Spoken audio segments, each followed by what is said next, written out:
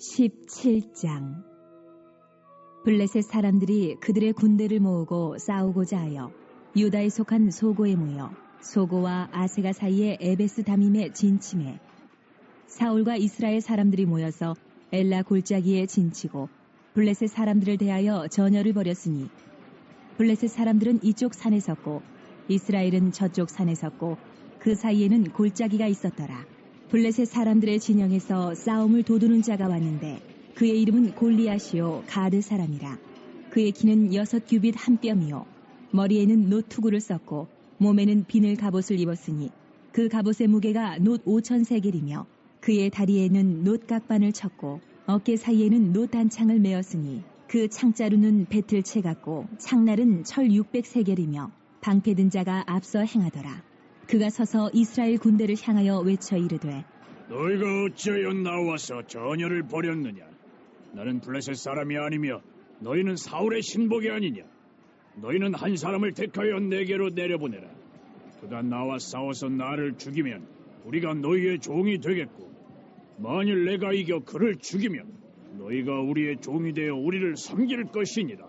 그 블레셋 사람이 또 이르되 내가 오늘 이스라엘의 군대를 모욕하였으니 사람을 보내어 나와 더불어 싸우게 하라. 한지라.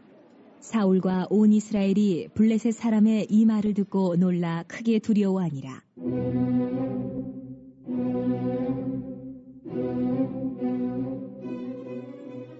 다윗은 유다 베들레헴 에브라 사람 이세라 하는 사람의 아들이었는데 이세는 사울 당시 사람 중에 나이가 많아 늙은 사람으로서 8 아들이 있는 중 그 장성한 세 아들은 사울을 따라 싸움에 나갔으니 싸움에 나간 세 아들의 이름은 장자 엘리압이요 그 다음은 아비나답이요 셋째는 삼마며 다윗은 막내라.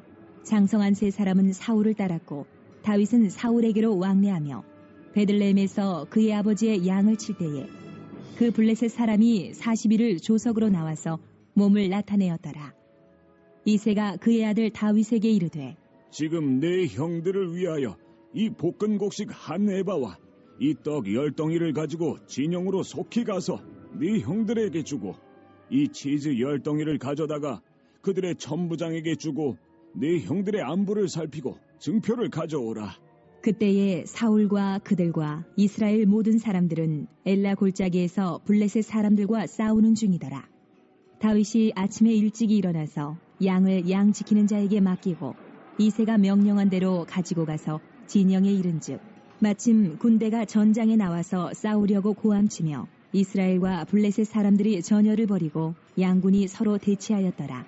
다윗이 자기의 짐을 짐 지키는 자의 손에 맡기고 군대로 달려가서 형들에게 문안하고 그들과 함께 말할 때에 마침 블레셋 사람의 싸움 도두는 가드 사람 골리앗이라 하는 자가 그 전열에서 나와서 전과 같은 말을 하매 다윗이 들으니라. 이스라엘 모든 사람이 그 사람을 보고 심히 두려워하여 그 앞에서 도망하며 이스라엘 사람들이 이르되 너희가 이 올라온 사람을 보았느냐? 참으로 이스라엘을 모욕하러 왔도다. 그를 죽이는 사람은 왕이 많은 재물로 부하게 하고 그의 딸을 그에게 주고 그 아버지의 집을 이스라엘 중에서 세금을 면제하게 하시리라. 다윗이 곁에 서 있는 사람들에게 말하여 이르되 이 블레셋 사람을 죽여 이스라엘의 치욕을 제거하는 사람에게는 어떠한 대우를 하겠느냐? 이 할례 받지 않은 블레셋 사람이 누구이기에 살아계시는 하나님의 군대를 모욕하겠느냐? 백성이 전과 같이 말하여 이르되 그를 죽이는 사람에게는 이러이러하게 하시리라 하니라.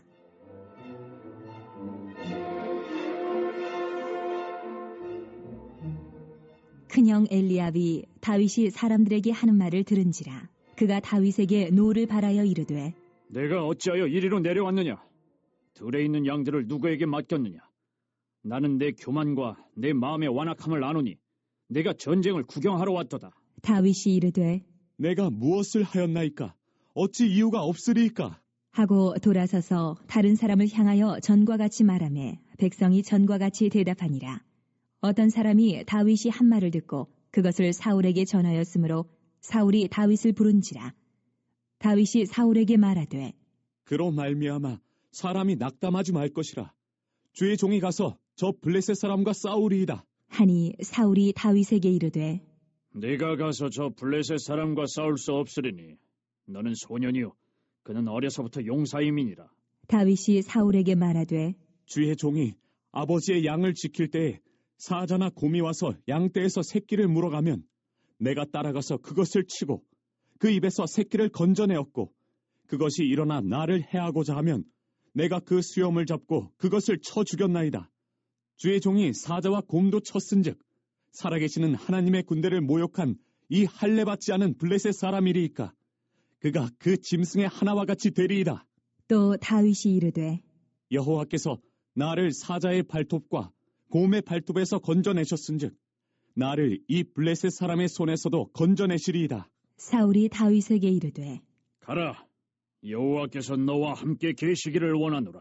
이에 사울이 자기 군복을 다윗에게 입히고 노투구를 그의 머리에 씌우고 또 그에게 갑옷을 입히매 다윗이 칼을 군복 위에 차고는 익숙하지 못하므로 시험적으로 걸어보다가 사울에게 말하되 익숙하지 못하니 이것을 입고 가지 못하겠나이다. 하고 곧 벗고 손에 막대기를 가지고 시내에서 매끄러운 돌 5을 골라서 자기 목자에 재고 곧 주머니에 넣고 손에 물매를 가지고 블레셋 사람에게로 나아가니라.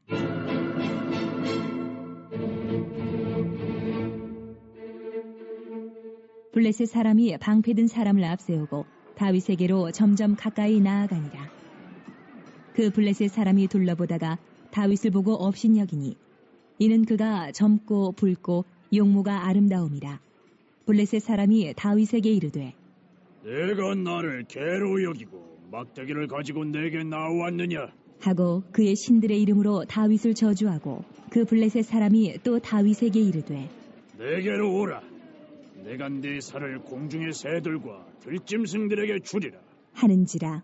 다윗이 블레셋 사람에게 이르되 너는 칼과 창과 단창으로 내게 나아오거니와 나는 만군의 여호와의 이름 곧 네가 모욕하는 이스라엘 군대의 하나님의 이름으로 내게 나아가노라. 오늘 여호와께서 너를 내 손에 넘기시리니 내가 너를 쳐서 네 목을 베고 블레셋 군대의 시체를 오늘 공중의 새와 땅의 들짐승에게 주어 온 땅으로 이스라엘의 하나님이 계신 줄 알게 하겠고 또 여호와의 구원하심이 칼과 창에 있지 아니함을 이 무리에게 알게 하리라. 전쟁은 여호와께 속한 것인즉 그가 너희를 우리 손에 넘기시리라.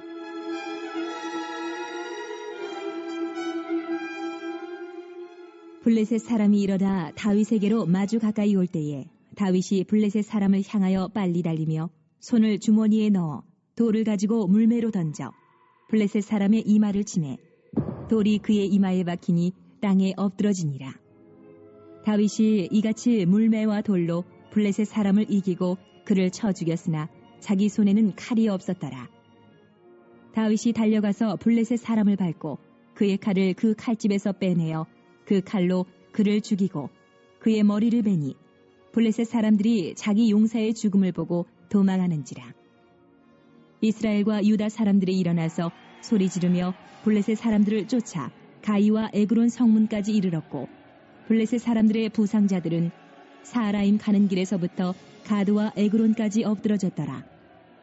이스라엘 자손이 블레셋 사람들을 쫓다가 돌아와서 그들의 진영을 노략하였고 다윗은 그 블레셋 사람의 머리를 예루살렘으로 가져가고 갑주는 자기 장막에 두니라.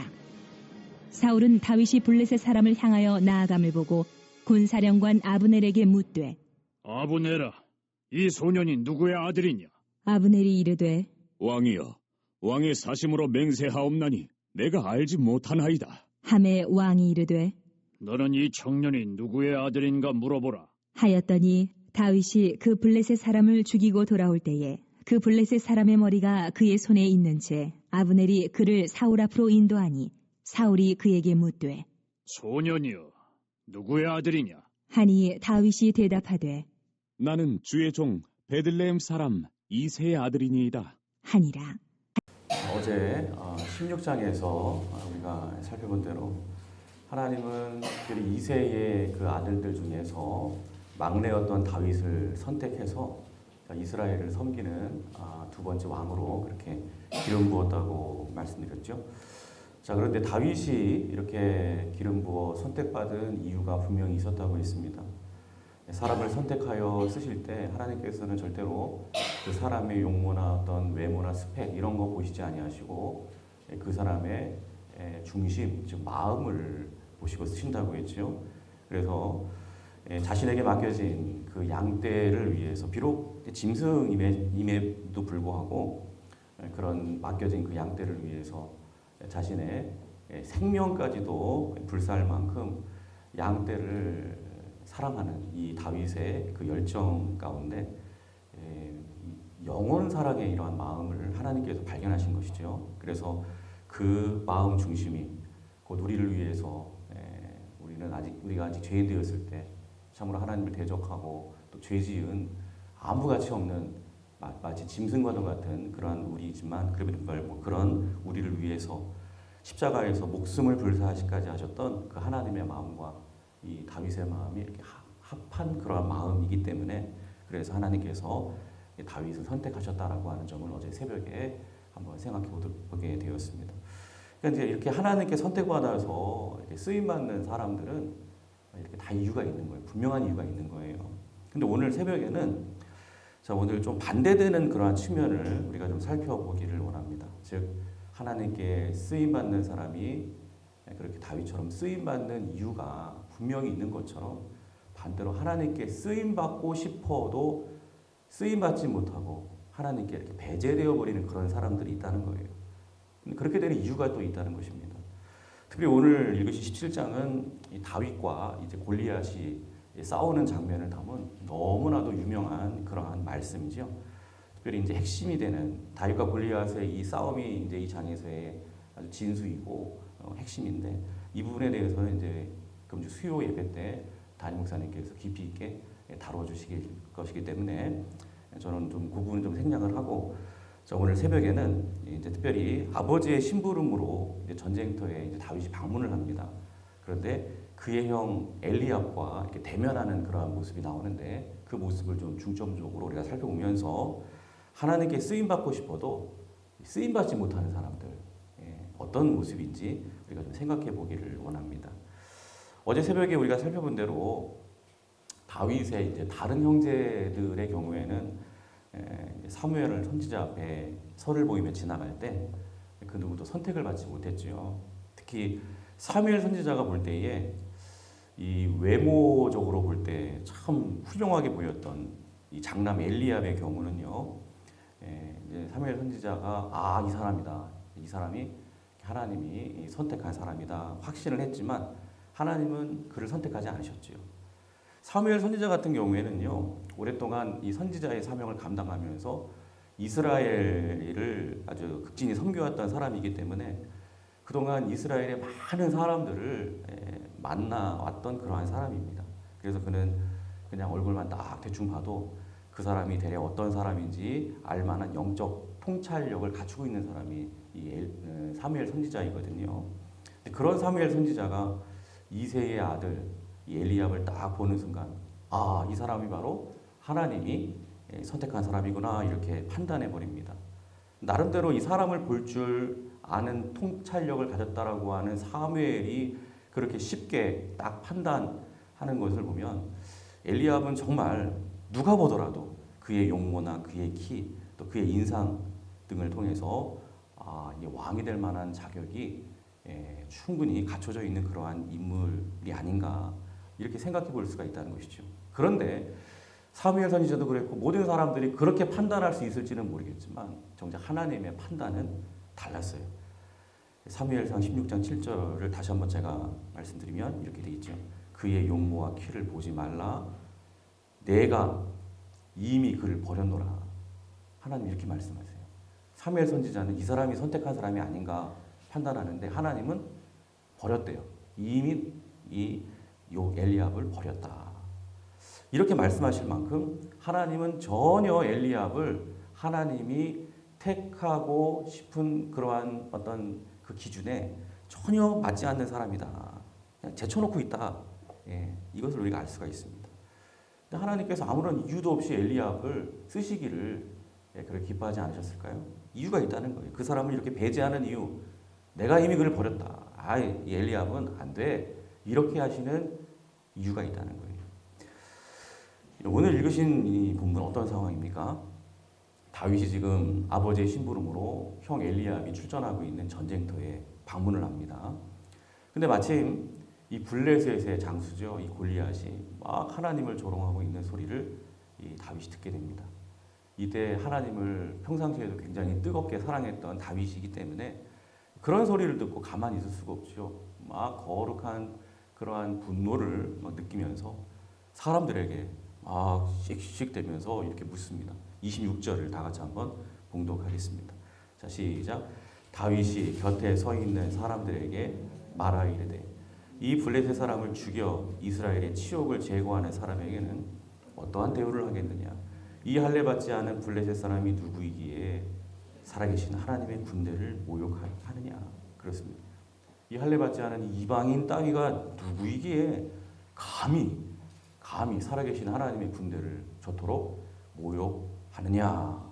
저 자를 죽여서 이스라엘의 이 치욕을 제거하는 자에게는 어떤 대우를 하겠느냐? 그러면서 마치 자신이 이제 출전할 것처럼 그렇게 큰 소리로 그렇게 물어보게 되죠. 근데 이때 바로 다윗이 이 같은 거룩한 분노에서 비롯된 이 용맹스러운 이 말을 이 곁에서 누가 듣게 되죠? 바로 이 전쟁터에 이미 참가하고 있는 형 엘리압이 듣게 되었다는 거예요. 그런데 이 같은 동생의 말을 들은 엘리압이 지금 어떻게 지금 행동하고 있는지 보시기 바랍니다. 다짜고짜 다윗에게 화를 버럭 내면서 꾸짖습니다. 28절을 다 같이 봉독합니다.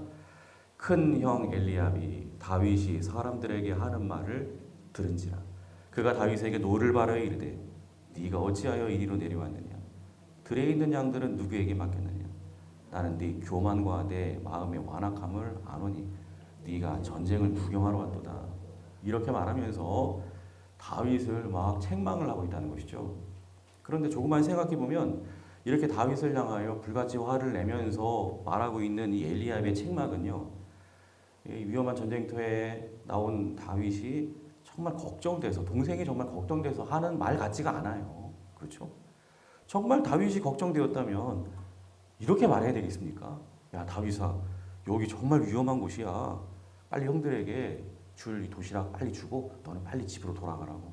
이렇게 얘기를 해야 되는데, 근데 보세요. 이렇게 말을 합니다. 들에 있는 양들은 누구에게 맡겼느냐? 나는 네 교만과 내 마음의 완악함을 아노니 네가 전쟁을 구경하러 왔도다. 이건 동생을 향한 사랑하는 마음에서 비롯된 그러한 말이 전혀 아님을 우리는 누가 보더라도 금방 알 수가 있죠. 근데 흥미로운 것은요, 이 형의 말에 대한 이 다윗의 반응이에요.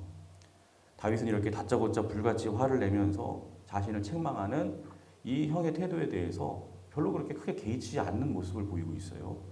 29절과 30절을 한번 읽어보겠습니다. 자, 시작. 다윗이 이르되 내가 무엇을 하였나이까? 어찌 이유가 없으리이까 하고 돌아서서 다른 사람을 향하여 전과 같이 말하매 백성이 전과 같이 대답하니라. 그렇습니다. 이렇게 버럭 화를 내고 있는 형 엘리압에게 아니 뭘요? 제가 뭘 했다 그래요? 제가 이렇게 말하는 데는 뭐 이유가 있지 않겠습니까? 그리고 형 앞에서 그냥 가뿐히 넘겨요. 그리고 다시 말하던 그 사람하고 계속 대화를 이어가요.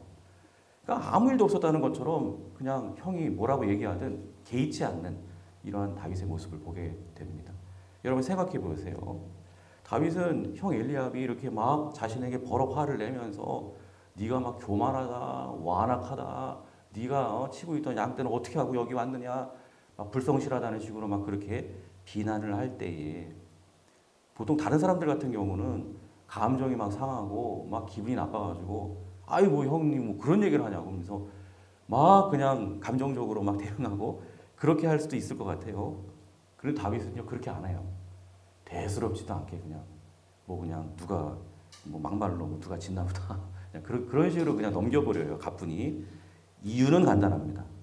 다윗이 이렇게 할 수 있는 이유는 엘리압의 이와 같은 인신공격성 비난은 다윗에게 있어서 이게 처음이 아니기 때문에 그래요. 처음이 아니기 때문에.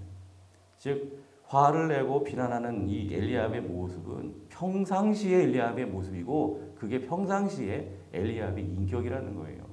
그래서 평소에도 그냥 습관처럼 비난하고 습관처럼 함부로 말하고 습관처럼 화를 잘 내는 그러한 형이니까 아이 뭐 원래 뭐 이런데 뭐 이런 형이니까 그러려니 하면서 개의치 않고 자신이 하던 일을 그냥 그렇게 계속 할 수 있었다는 것입니다. 여러분 생각해 보세요. 엘리압은 장남이에요. 그리고 다윗은 막내예요. 나이 차이도 많을 거예요. 그러면 그 막내 동생 다윗이 얼마나 귀엽고 사랑스럽겠습니까? 그런데 그 어리고 귀여운 막내 다윗에게 교만하다고 이게 형님이 큰 형님이 다윗에게 이 막내에게 할 얘기입니까? 네가 교만하다. 심지어는 완악하다. 완악하다라고 하는 표현이 얼마나 이게 듣기가 거북한 그런 표현입니까? 그런 식으로 막내 동생을 비난하고 공격하고 있다. 그것도 사람들이 보는 앞에서. 이런 모습은 평상시에 이 엘리압의 인격에 아주 심각한 문제가 있다라고 하는 것을 우리는 알 수가 있는 것입니다. 그래서 여러분 우리는 이러한 엘리압의 모습 속에서 좀 더 구체적으로 그의 마음의 성품이, 즉 하나님이 딱 보시는 그 중심이 무엇인지를 단적으로 발견하게 된다는 거예요. 그것은 엘리압은 사람을 전혀 존중할 줄 모르는 사람이라는 거예요. 존중할 줄 모르는 사람. 여러분 다윗이 막 출전하여서 골리앗과 싸운다고 했을 때 아무리 이 형의 입장에서 볼 때에 아유 이게 동생 다윗이 지금 무슨 소리를 하는 거야? 얘가 어떻게 감히 저 거인 골리앗과 싸울 수 있겠어? 너무 철부지없는 그러한 말을 한다고 할지라도 절대로 사람들 앞에서 대놓고 그렇게 비난하고 동생을 욕하고 동생을 향하여 막 표독하게 공격하고 그러면 안 되는 것이죠. 조용한 곳으로 가서 잘 타이를 수도 있었을 것입니다. 그런데 막 사람들 보는 앞에서 망신을 주려고 작정한 사람처럼 그렇게 함부로 말을 하고 있다는 것이죠. 이것은 전혀 사람을 배려할 줄 모르고 전혀 존중할 줄 모르는 그러한 모습이죠. 이런 사람에게 여러분 어떻게 이스라엘이라고 하는 그 수많은 영혼 공동체를 이런 사람에게 함부로 영혼을 대하는 사람에게 막말하고 무시하고 이런 사람에게 맡길 수가 있겠습니까? 여러분 이것이 하나님께서 이 엘리압을 이스라엘의 왕으로 선택할 수 없는 분명한 이유입니다. 내가 이미 그를 버렸노라. 엘리압은 안 된다. 이렇게 하셨던 분명한 이유예요. 여러분 오늘날에도 마찬가지입니다. 우리 하나님은 당신의 일을 맡기실 때에 영혼들을 맡기시고 그럴 때에 누구를 사용하시고 누구를 배제하실까요? 그렇습니다. 다윗처럼 사람을 존중할 줄 알고 사랑할 줄 알고 배려할 줄 아는, 심지어 영혼을 위해서 자신의 가장 소중한 것까지라도 기꺼이 내어줄 수 있는 그러한 사람을, 우리 예수님 같은 그러한 사람을 선별하여 사용하십니다.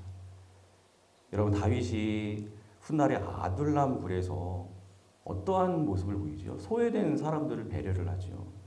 그들을 사랑하고 따뜻하게 그렇게 섬겨요. 그래서 이 다윗을 중심으로 소외된 자들이 세상에서 버려진 사람들이 다 모여들잖아요.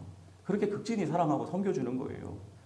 그러니까 이런 모습을 보면 하나님께서 다윗을 이스라엘의 왕으로 이스라엘을 이렇게 그에게 맡기는 그 하나님의 그 선택이 절대로 잘못되지 않았다는 것을 우리는 알 수가 있는 것입니다. 반대로 하나님이 누구를 배제하신다고요? 사람 존중할 줄 모르고 무시하고 함부로 대하고 기분 내키는 대로 막말하고 배려할 줄 모르는 사람, 한마디로 영혼을 함부로 대하는 사람. 잊지 마십시오. 이런 사람을 하나님은 배제하십니다. 더 나아가 이런 사람을 하나님께서 내가 이미 그를 버렸노라. 그렇게 하나님께서 생각을 하신다는 거예요. 그래서 여러분 잊지 마세요. 이 새벽에 이렇게 사람들을 대해서 함부로 대하는 사람들, 이런 사람들은 하나님께 쓰임 받기를 꿈에도 꾸지 말아야 돼요. 절대로 쓰임 받지 못합니다. 마태복음 5장 22절에 보시면 특별히 예수님께서 한 사람의 영혼에 대하여 하나님의 백성들이 어떠한 태도를 가지고 살아가야 하는지 이렇게 말씀하세요.